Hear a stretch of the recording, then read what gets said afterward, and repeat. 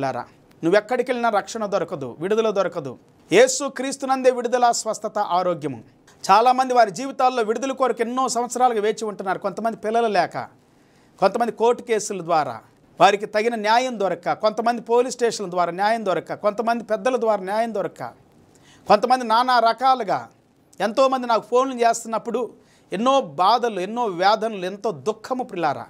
వారి జీవితాలు ఎన్నో సమస్యలతో సతమతం అవుతున్నటువంటి ప్రజలు. నిజంగా వారి ఫోన్ నేను ఎప్పుడైతే రిసీవ్ చేసుకుంటా ఉంటానో అప్పుడు నా హృదయంలో ఎంతో బలమైనటువంటి కదలిక, ఇంకా ఎక్కువ ప్రార్థన చేయాలని, ఇంకా ఎక్కువ దీవించాలని, దేవుని సన్నిధిలోనికి వెళ్ళి రాత్రి పగలు ప్రార్థన చేయటం ద్వారా దీవించబడాలి, విడుదల పొందాలి ఈ బిడ్డలు అని చెప్పి ప్రతిరోజు నేను మొరపెడుతూ ఉంటాను. మీరు చేసే ప్రతి ఫోన్ కాల్ని నేను అటెండ్ అవుతాను.